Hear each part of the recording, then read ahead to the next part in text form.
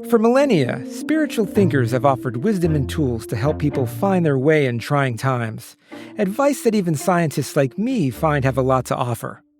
Join me, Dave DeSteno, as I talk to leading spiritual and scientific thinkers about everything from the ancient origins of belief to the power of prayer, even for atheists, to how spirituality can help the crisis of meaning men are facing today.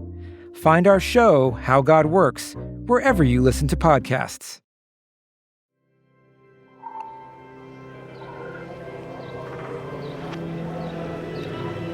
This is the final service.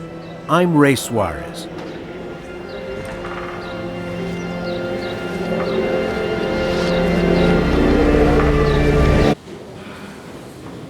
the name of the Father, of the Son, and of the Holy Spirit. Amen. Today we celebrate the last Mass here at St. Joseph's. For those of you who have dedicated your entire life to this parish, I'm sure today is a very sad occasion. God, however, has... St. Joseph's Parish has been holding Mass at a red brick church in Waterbury, Connecticut for more than a century. And believe me, when I say I find it hard to believe. It will be a big change in my life, but it is a chapter I have to accept. But on September 24th, 2023, the church held its last service. I was baptized here, went to school here, all my sacraments were here, so I decided that I need to come back and say goodbye. This was one of the pivotal places in this neighborhood to keep the neighborhood alive. If we had numbers like we had today at Mass, there would never be a worry like this. Scenes like this one from St. Joseph's are playing out all across America. Congregants from Connecticut to California are gathering one last time before their church closes its doors for good. I didn't think it was going to happen this fast. I thought it might happen at some point. We're getting a new archbishop. I thought maybe it would wait till then, but I said, what's the rush? Put the brakes on it, you know? But whether you're a Catholic or a Lutheran or a Presbyterian, the problem is so big, so existential, that putting the brakes on it simply is not an option. Well, to use an overused word, this is unprecedented. Ryan Burge is a professor of political science at Eastern Illinois University, and he spends a lot of time thinking about this problem. Why are so many churches closing, and why is it happening so fast? He's written books about it, and he collects a lot of data about it too. But what makes Ryan different from other people who just think really hard about the problem is that he's also living it. Ryan is 42, grew up in what he calls an evangelical bubble. It was music, it was T-shirts, it was books, and there were Christian bookstores on every corner, it felt like. There were 30 or 40 music festivals across America. It was all Christian music. You could literally live like in this evangelical ecosystem. By the time he was finishing college, Ryan had switched denominations, joining the American Baptists. It's less conservative, what you'd call mainline Protestantism. But Ryan still loved church and everything that came with it, the teachings, the community, the mission. When he was in grad school at Southern Illinois University and needed a job, he applied to be the head pastor at First Baptist Church in Mount Vernon, Illinois. I think when I took over, I didn't fully understand the scope and scale of what I was facing. I was 24 years old, and the youngest person in the congregation was 55. If I wasn't a pastor, if I would have walked in that church, I would have been there one Sunday and not come back. Even though the congregation was aging and shrinking, Ryan did come back. He stayed on as pastor at Mount Vernon for about 17 years. And in the early days, he thought he might help turn things around. There's this old John Wesley quote, if you set yourself on fire, people will come to watch you burn. And I really believe that. Like if I really preached well enough and I served well enough and I pastored well enough that I could revitalize any congregation, no matter the circumstance or the situation or the age gap or the community or whatever it was. And I think part of what my career is about is trying to basically convince myself that it's not all my fault.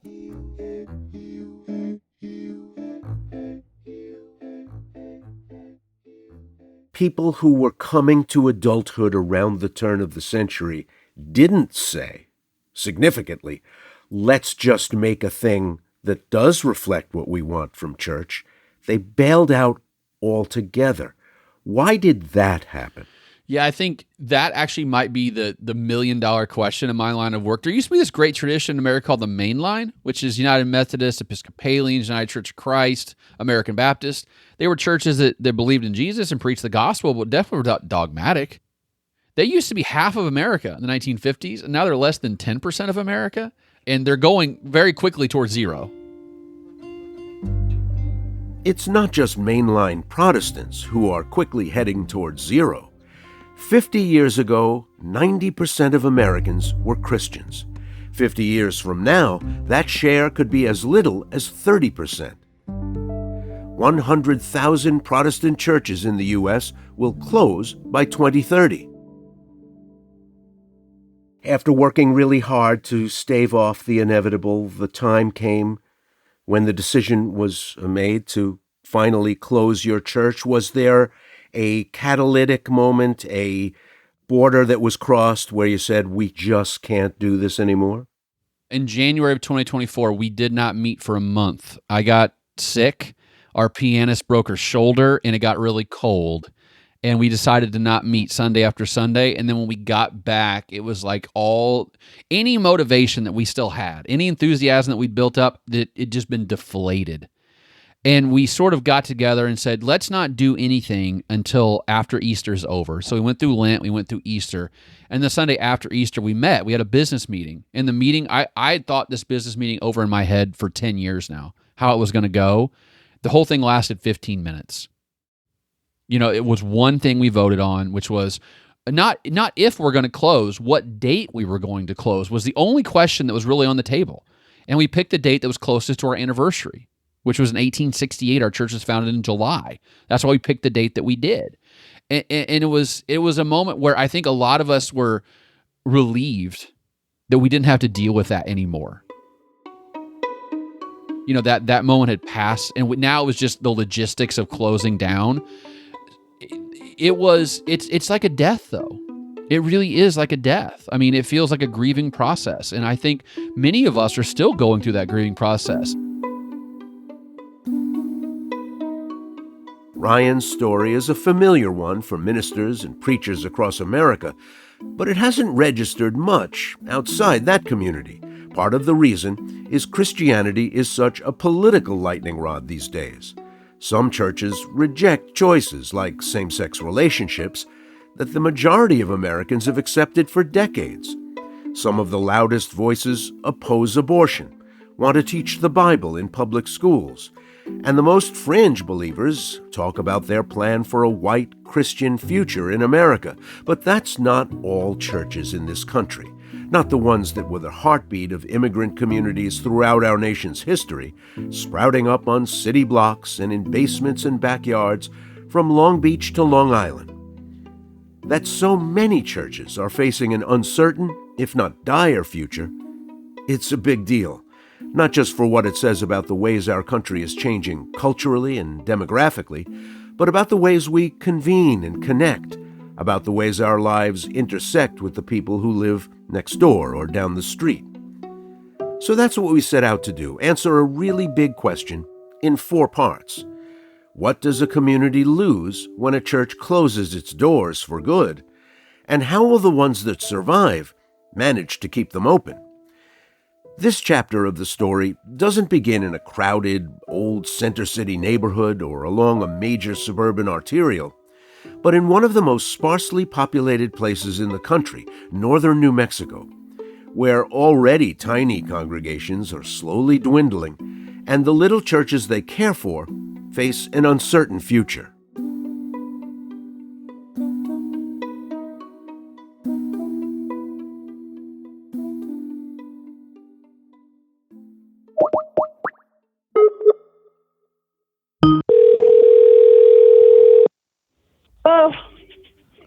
Hello. Hello. Hi. Hi, Mateo. I'm Mateo Schimpf. How are you? Oh, okay. And this is Lorraine Pacheco. And you are with what? You said you're a radio journalist? Yeah, that's right. Oh, okay. You don't sound so excited about that.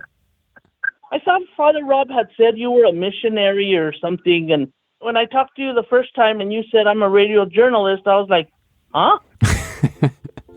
I honestly, I don't even really know what a radio journalist does.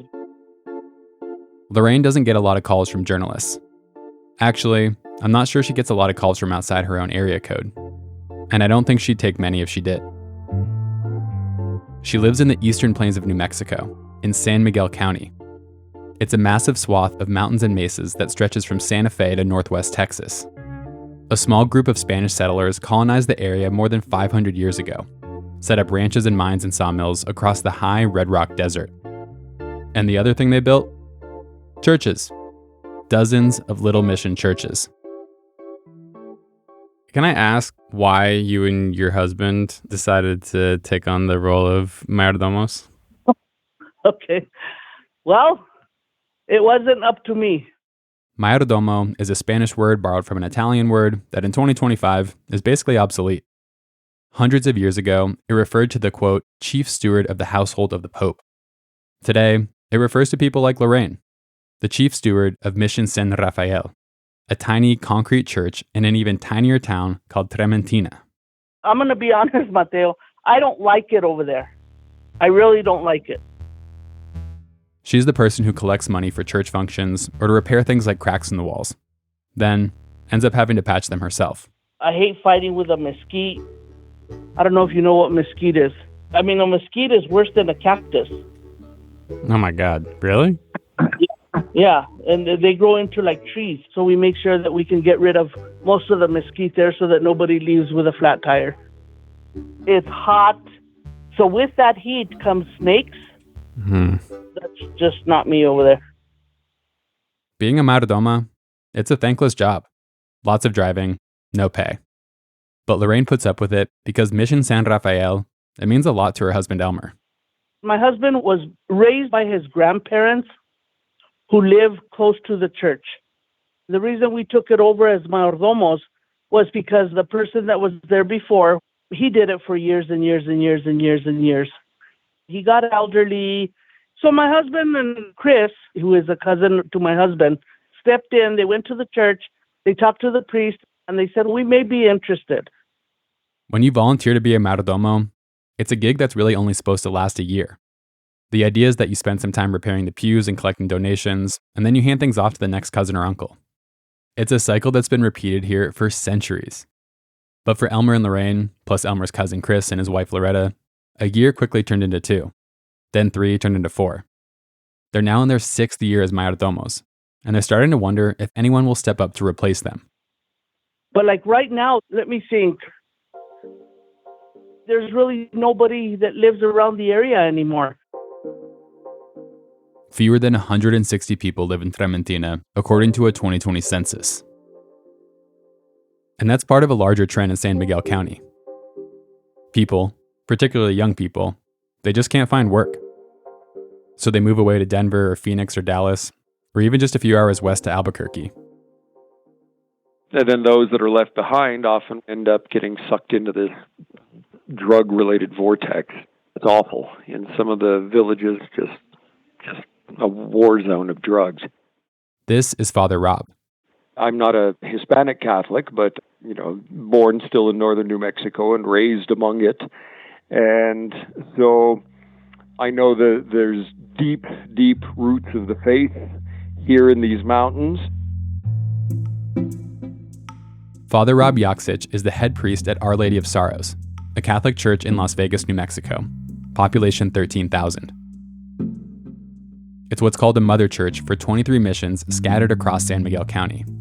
Way back in the 19th century, there would have been priests stationed here at the mother church that would have ridden a circuit to serve these little parish communities. Nowadays, that duty mostly falls on him. Unfortunately, I'm just one man, and spread among 23 missions and the main mother church, they're by and large only going to get served once a year on their feast day. When I first talked to Father Rob and Lorraine back in 2023, that's what they were getting ready to do. Put on the feast day mass at Mission San Rafael. This year it'll be on the 26th of August. By the way, if you don't know what a feast day is, I didn't either. It's basically one day of the year that's dedicated to a Catholic saint. Each saint gets one. Mass is at 10. We finish at 11. We have food. And the food is probably the best ever. Father Rob comes because he loves my mother-in-law's red chili. And we always let him eat first, so he gets plenty. When Father Rob isn't blessing the congregants or newlyweds or recently deceased at one of the 23 mission churches, he's busy tending to his own flock at Our Lady of Sorrows. But with so many people leaving San Miguel County for jobs in surrounding cities, that's shrinking too. There's still deep Spanish Catholic roots, and so for some it's a preservation of culture and a way of life. And even though they know that it's kind of slowly dying, that things are on life support, that it's still something they want to hang on to and try to turn things around. How that's going to be done, I don't know, short of a major Our Lady of Guadalupe appearing to us moment. That's what I know I'm wrestling with right now, and there is that question being asked not only by pastors, but other members of the faithful, and in the Archdiocese overall. It's a moment of crisis for Father Rob and priests all across the country, watching congregation after congregation lose people and close up shop, and wondering how long they'll be able to hang on for. If it weren't for you and your husband, would anybody be taking care of this church? There's another set of Mayordomos, Chris and Loretta. Now, they could probably do it, but if there was nobody, our concern is that they would close the mission church. I know my husband would be very, very hurt, and I think Chris would too. It would be hard for them to see that little church close.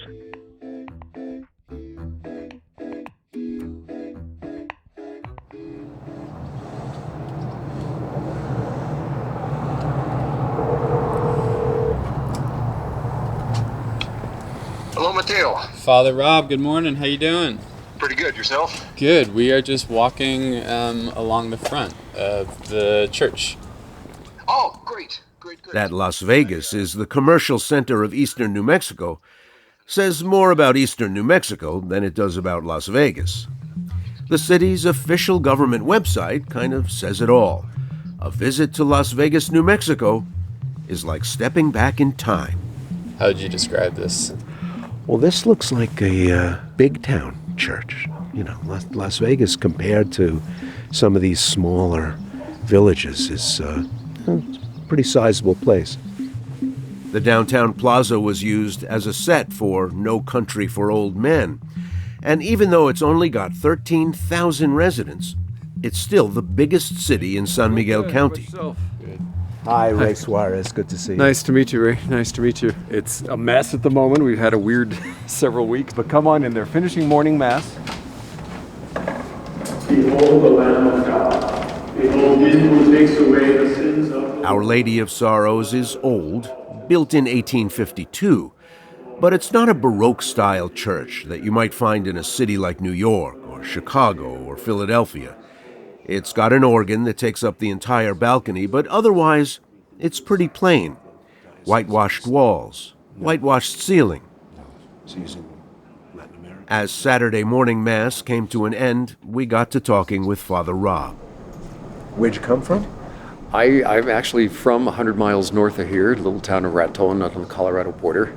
But most of my adult life, I was living in Albuquerque, working for our state park system as a park ranger. He looks young, aside from a gray head of hair. He's got pink cheeks and wears rectangular glasses that frame a long, slender face. One of the things that I've found, one of the common answers that you get from people who say, you know, I have nothing against religion, and yeah, when I was a kid, my parents took me to church, but I feel spiritual when I'm at the lake, or when I'm walking my dog, or when I'm sharing a meal with my friends. And I say, well, that's fine. There's nothing wrong with any of those things. But there's something particular and specific about being a member of a congregation. It's like your extended family. Sometimes dysfunctional, but it's your extended family. Why is that not? What's happened that makes that a less compelling argument now? Oh boy, there's the $1 million question. I look in my own case, who raised Catholic, and then in college still went to the campus Catholic church, mostly just to get pizza after the student mass, which is why a lot of us went. And I prayed, I believed in God, but didn't really have a meaningful relationship. It was just duty. And then eventually fell away, stopped practicing, went through a tough time. And when I came back into faith, it was through just this amazing encounter with Jesus that is hard to describe. And I realized then as I started coming into the church and started studying the faith that I grew up in, I had no idea about all these things that the church teaches and believes. So you felt the tug in your 40s or? Late 30s. I was 38 and living in Tucson, and got the tug then. It was mostly a friend of mine, and he just kept saying, I'm getting this nudge. I think you have a vocation to the priesthood. And I kept telling him, no, I don't think so. And me, of all people, no. But he was insistent about it. And then various chips started to fall into place. And I started bargaining with God, which you never do. And the rest is history. So how old were you when you were ordained? 46. I'll be 55 next month. So it's... And how do you feel about the decision you made? I don't know why I ran from it for so long. I ran and ran and ran and ran, and I don't know why.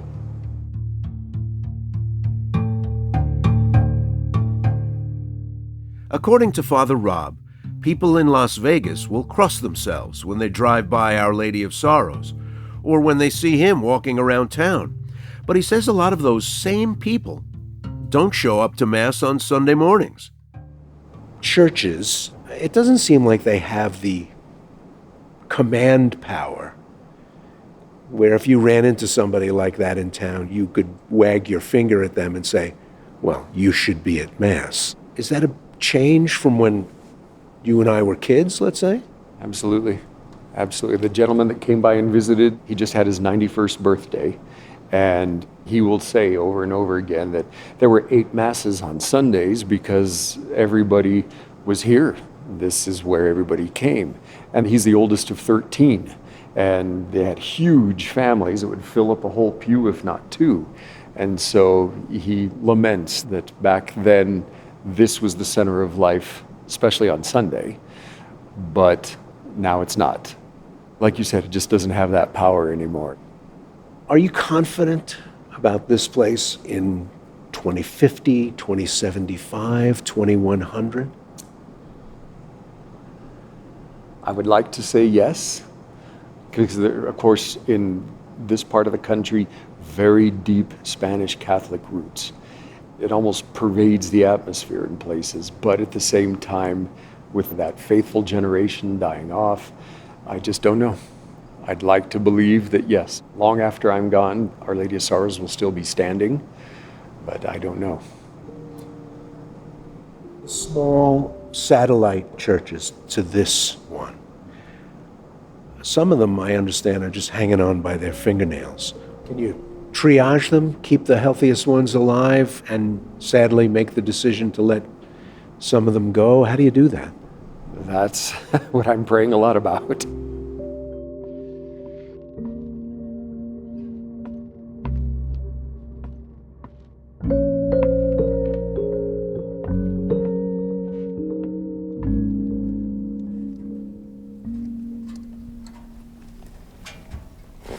Testing 1, 2, 3. Ray and I came to New Mexico to meet up with Lorraine and check out the feast day mass at Mission San Rafael. But we also wanted to see some of the other churches that are part of Father Rob's circuit. Mateo, this is Mary. She's the Mayordomo here. Hi, Mary. Hi. Mateo, nice to meet you. Mary Lucero. Very nice to meet you. Mary Lucero is the Mayordoma at Mission Santo Niño. a simple, plain white church nestled into a valley at the base of the Sangre de Cristo Mountains. If it weren't for a small crucifix at the tip of its A-frame and the cemetery out back, it'd be easy to mistake Santo Niño for another stable on the never-ending prairie. My father-in-law used to say there were 3,000 people living here, all around here. There was a bank, a store, and Lord knows what, everything was here. It's in a town called Roseada, roughly 13 miles from the nearest major road or highway. These days, it's home to fewer than 300 people. Like it's a beautiful, cool building.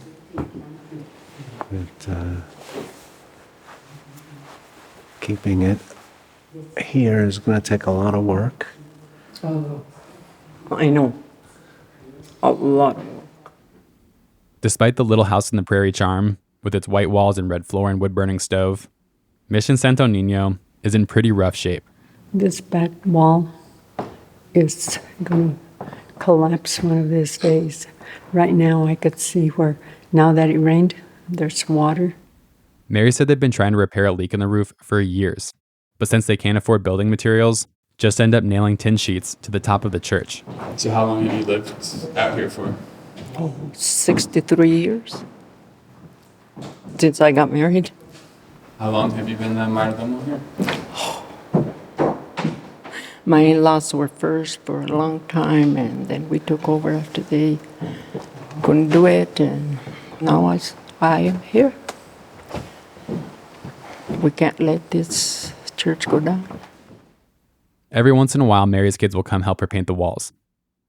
But whether or not Mission Santo Niño goes down, that ultimately rests on her shoulders.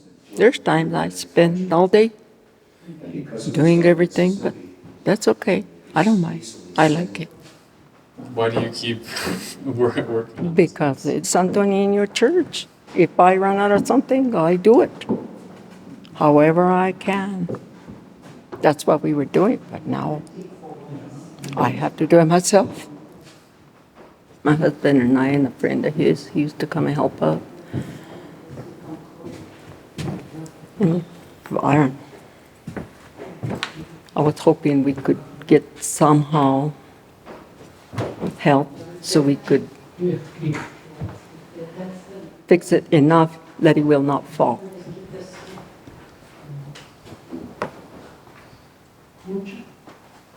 Because I have great grandkids, and I want them to be able to see these and know what it means.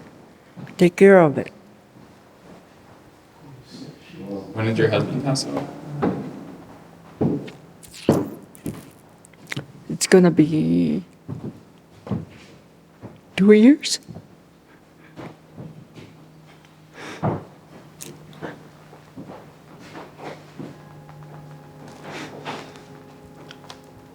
Is he buried in the cemetery?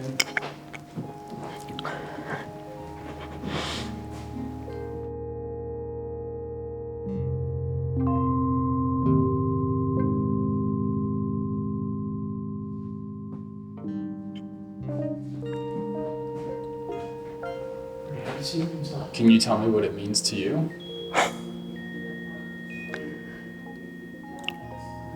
Like home. I mean, Santo Niño has always been good to us. If someone didn't keep it up, would it feel like losing a member of the family? Yes, that's what it is.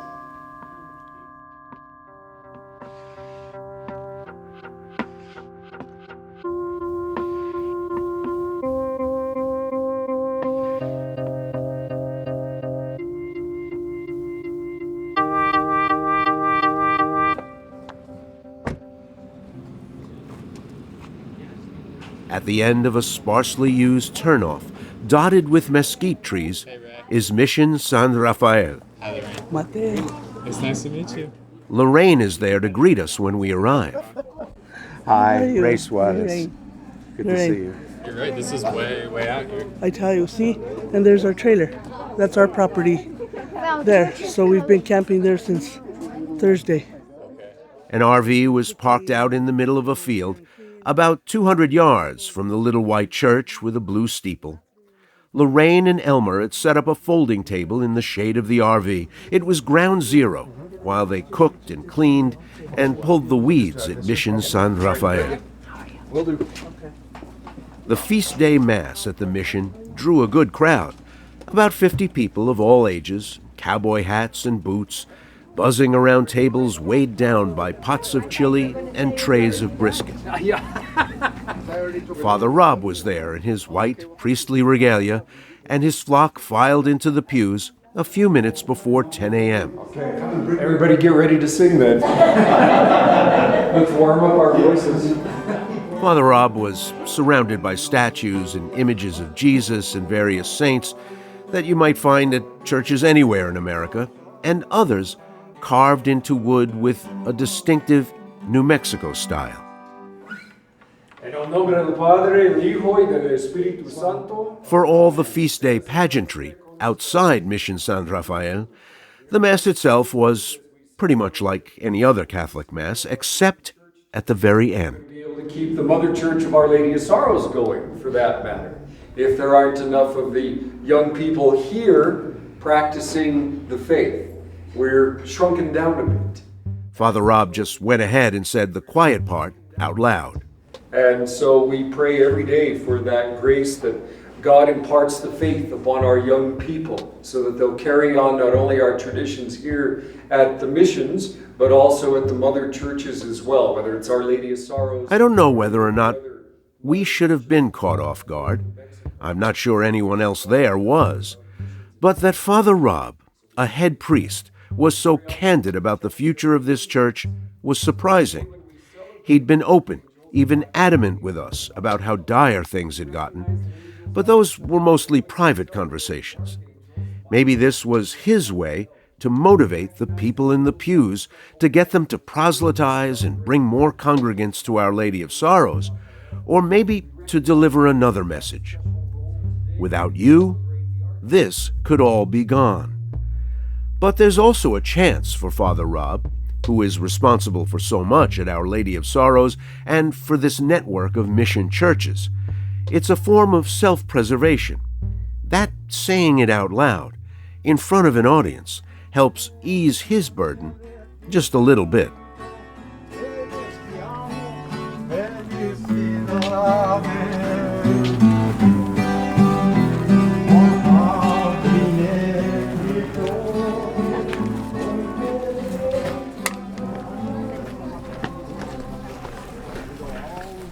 After Mass, people filled up their plates and hung out by a collection of plastic tables and chairs behind the church. Oh, can I ask your name? Geraldine Lujan. Okay. And you just came out here today just on a whim? She has land here. Yeah, not on a whim. My grandma, she came here in 1948, bought property, and she ranched for 102 years. She lived to be 102. So I come and visit to get her spirit, to get her energy. Geraldine's father was born on a ranch next to Trementina, and her mother is from another village about 50 miles away called Enton Chico. My parents met in Los Alamos. Everybody here went to work in Los Alamos. They said there were so many young kids there. They'd have the best dances on Friday nights. They'd have the big band dances. Geraldine said she used to spend her childhood summers out here. And my grandma used to come to this church and to a lot of New Mexico. This is how we lived. My dad loved the country, my uncle, everybody here loves the country. And heaven knows how many generations are here now. So you said you come here to visit with your grandmother. Were you feeling her here today? Mm-hmm.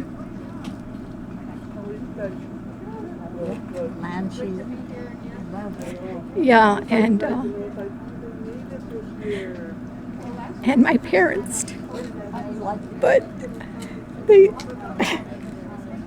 leave so much energy and they leave so much faith and they leave so much spirit, and you see a lot of that leaving us, and you turn to somebody to help you or give you advice, and there's no one there anymore.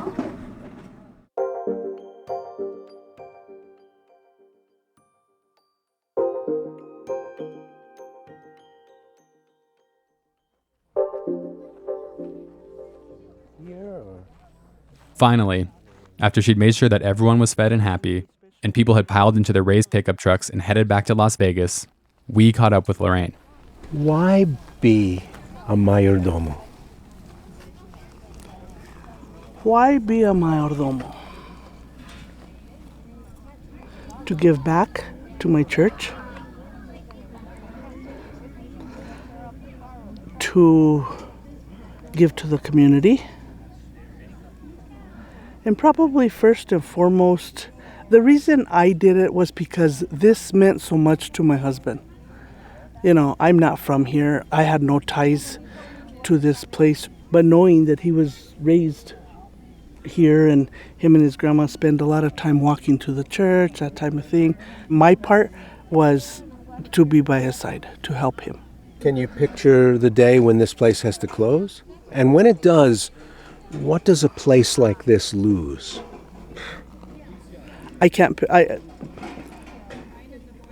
I've been married 41 years, with this man 43 years. To me, this is part of Trementina. I mean, I honestly can't see it not being here, because we've come to the funciones for even when we weren't mayordomos. So I think it would just be really sad. If it feels like we kept prodding and pressing on this question, what happens when a place like this, Mission San Rafael, closes? Well, it's because we were. When you're walking down the street in Baltimore and you see a church that's closed, the answer to that question may seem obvious.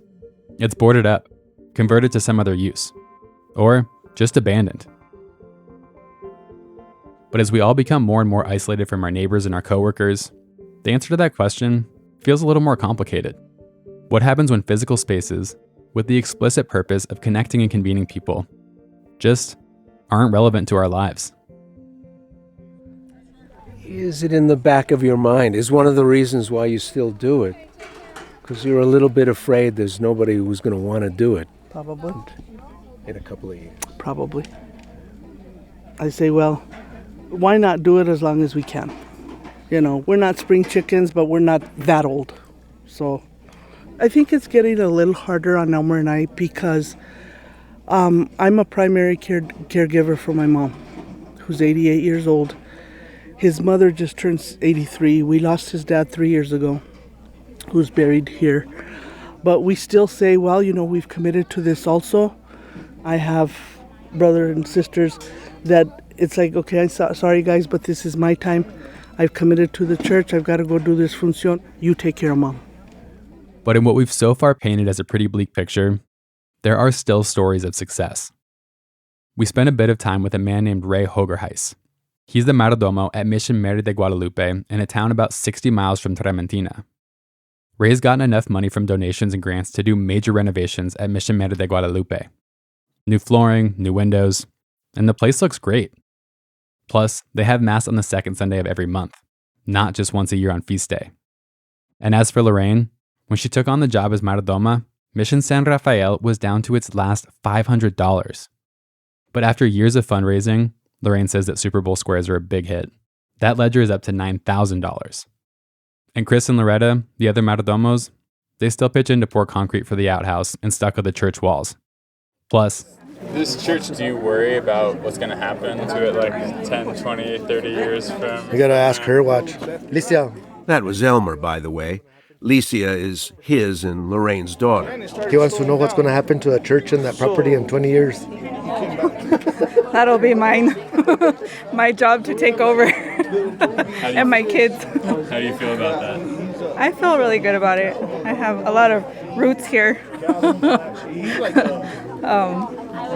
This area just means a lot to me from my heritage, my family and stuff. So I'm proud to take it on when the time comes.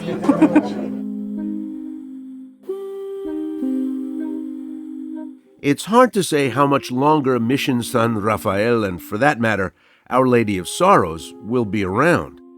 We're up against youth sports, and we're just losing every time. Not that youth sports are bad, they're great, but now they're doing tournaments on Sundays. And so the kids, they'd rather go to Little League than come to Mass. And the parents are more than happy to oblige them. But for now, Lorraine is keeping the faith. Everything that you've said so far makes it sound like you think this place is still going to be here for a while. I do. And I'm hoping. I might be 98 years old still standing out here like this with a cane, telling people, give me money, give me a donation. But if that's what I have to do, that's what I have to do.